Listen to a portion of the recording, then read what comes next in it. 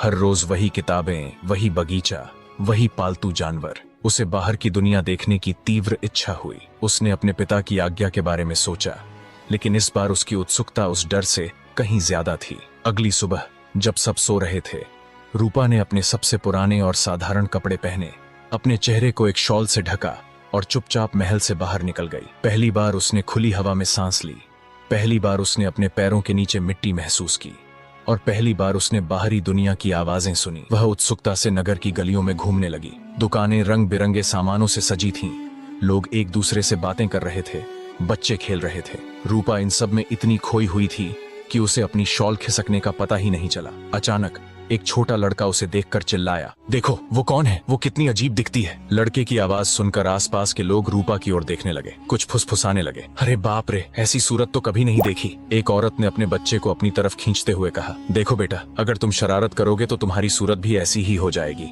कुछ लोग तो रूपा को देखकर हंसने लगे और उसकी कुरूपता का मजाक बनाने लगे। किसी ने कहा, लगता है इसे भगवान ने बनाना ही छोड़ दिया था। तो किसी ने कहा, ऐसी सूरत लेकर भला कोई कैसे जिंदा रह सकता है। रूपा ने कभी सोचा भी नहीं था कि दुनिया इतनी क्रूर हो सकती है। उसे अपने कानों पर विश्वास नहीं हो रहा था।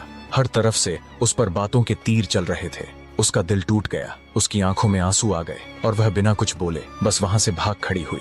वह नहीं जानती थी कि उसे कहाँ जाना है, बस उस भीड़ से दूर जाना चाहती थी, उन आवाजों से दूर जाना चाहती थी जो उसके दिल को छलनी कर रही थी। रूपा लोगों के तानों से पूरी तरह टूट चुकी थी। उसका दिल छलनी हो गया था। महल वापस जाने की हिम्मत उसमें नहीं बची थी, क्योंकि उसे लगा कि अब उसे वहां भी सुरक्षित महसूस नहीं होगा जहां उसने अपनी पूरी